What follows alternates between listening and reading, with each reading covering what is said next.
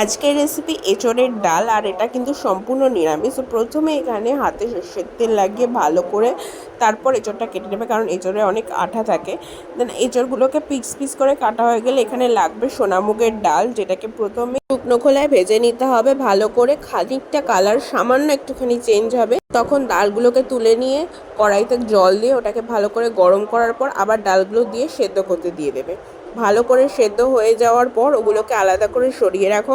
এরপর কড়াইতে তেল দিয়ে ওর মধ্যে তেজপাতা, শুকনো লঙ্কা, জিরে ফোড়ন দিয়ে খানিকক্ষণ নাড়াচাড়া করে কাঁচা লঙ্কা, আদা বাটা দিয়ে সামান্য লবণ, সামান্য হলুদ, টমেটো আর সামান্য চিনি দিয়ে নাড়াচাড়া করে এরপর জিরে গুঁড়ো, ধনে গুঁড়ো, শুকনো লঙ্কার গুঁড়ো দিয়ে ভালো করে নাড়াচাড়া করে এঁচোড়গুলো দিয়ে দাও। খানিকক্ষণ নাড়াচাড়া করার পর এর মধ্যে ডালটা দিয়ে দিতে হবে। জালে যে জলটা থাকবে সেটাও কিন্তু সম্পূর্ণটা ওর মধ্যে দিয়ে দেবে। খানিকক্ষণ নাড়াচাড়া করে নাও যতক্ষণ না পুরোটা সেদ্ধ হচ্ছে। এখানে কিন্তু তোমরা ঢেকেও রাখতে পারো। লাস্টে গরম মশলার গুঁড়ো আর ঘি ছড়িয়ে নামিয়ে নাও, তাহলেই কিন্তু রেডি হয়ে যাবে। বাড়িতে অবশ্যই বানানো। দেখাবে না এঁচোড়ের। Tata, bye bye, good night.